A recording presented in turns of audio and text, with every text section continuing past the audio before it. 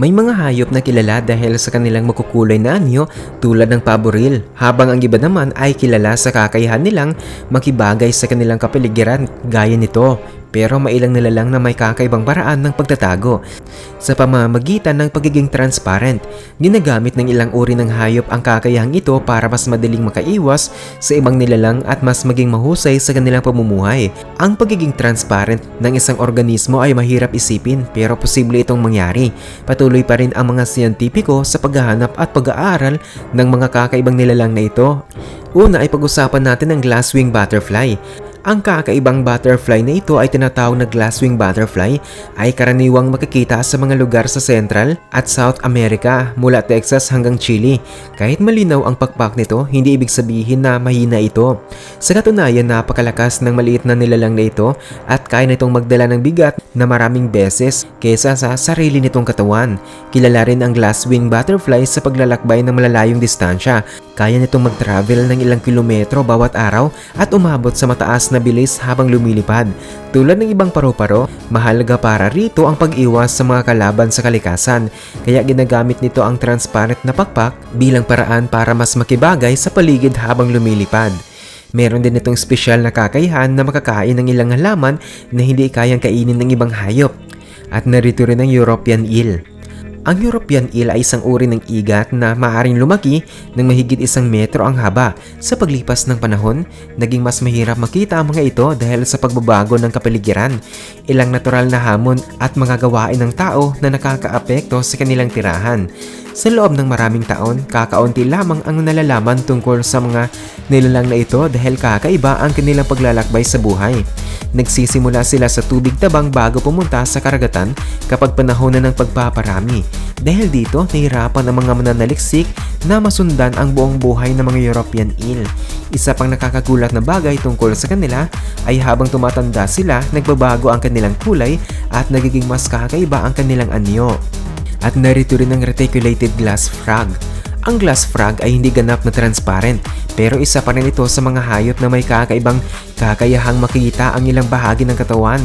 Karaniwan silang nakatira sa mga puno malapit sa ilog at mga sapa, kung saan madali silang nakikibagay sa kanilang kapaligiran. Maliit lamang sila at kadalasan ilang sentimetro lang ang haba. Ang pinaka nakakamanghang bahagi ng glass frog ay ang kanilang malinaw na balat sa ilalim ng katawan, kung saan makikita ang ilang bahagi ng kanilang katawan. Dahil dito, naging isa sila sa pinakakakaibang nilalang na pinag-aaralan ng mga siyentipiko.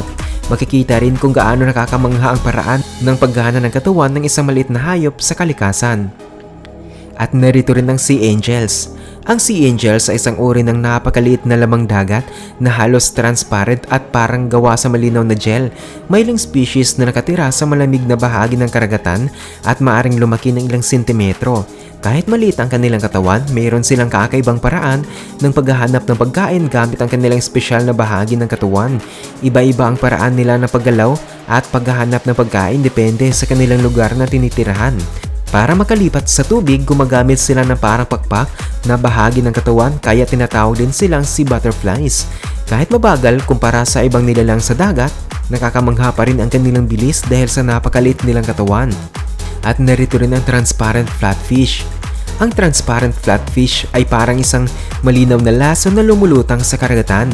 Kahit kabilang sila sa pamilya ng ilang karaniwang isda, ibang-iba ang kanilang itsura kumpara sa mga isdang madalas makita. Habang lumalaki sila, nagkakaroon sila ng kakaibang pagbabago sa kanilang katawan na tumutulong sa kanilang pamumuhay sa ilalim ng tubig.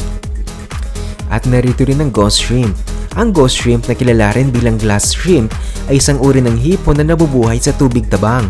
Dahil sa kakayahan nitong baguhin ang itsura ng katawan, maaari itong magbukang halos transparent na tumutulong para mas makibagay sa kapaligiran. Ang kakaibang nilalang na ito ay mas aktibo kapag gabi at madalas nagtatago sa mga halaman bago maganap ng pagkain. Mahalaga rin ang papel nila sa ecosystem dahil tumutulong sila sa paglilinis ng kapaligiran. Dahil sa kanilang ugali na kumain ng malit na dumi at sobrang pagkain sa paligid, naging paborito rin sila ng ilang aquarium owners. Ang malit na nilalang na ito ay patunay na kahit simpleng hayop ay may malaking ambag sa kalikasan. At narito rin ang translucent snail. Ang translucent snail ay isang kakaibang uri ng snail na may bahagyang hindi pangkaraniwang pangalan. Sa totoo lang, hindi ang mismong katawan nito ang transparent, kundi ang shell o bahay nito ang may ganitong katangian. Hindi tulad ng ibang uri ng snail, ang maliit na nilalang na ito ay nakatira sa mga kuweba at humihinga gamit ang hangin. Napakaliit ng translucent snail dahil ang laki ng shell nito ay halos ilang milimetro lamang. Kung mahirap itong makita para sa tao, mas mahirap pa para sa mismong snail dahil wala itong kakayahang makakita. Mabagal din ang kilos nito at matagal na hindi alam ng mga siyentipiko ang tungkol sa species na ito. At narito rin ang ice fish.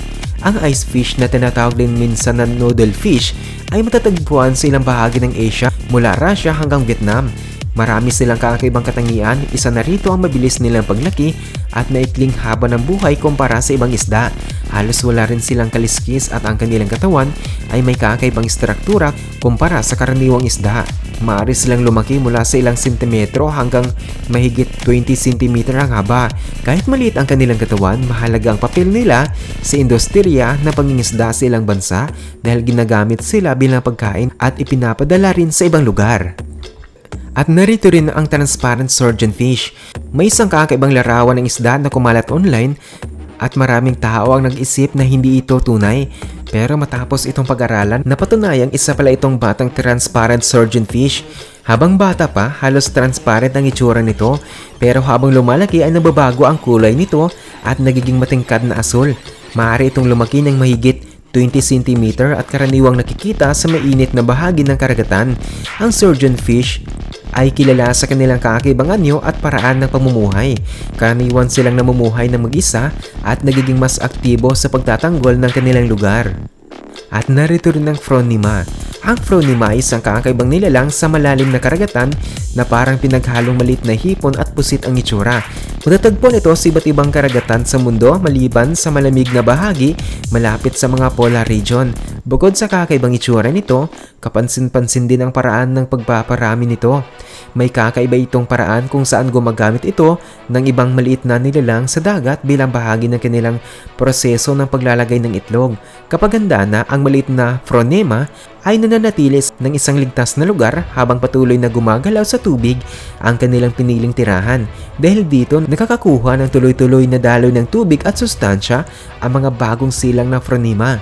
Ang kanilang ginagamit na nilalang ay tinatawag na salt, isang barrel-shaped na organismo na gumagalaw sa karagatan sa pamamagitan ng pagtulat ng tubig palabas ng katawan.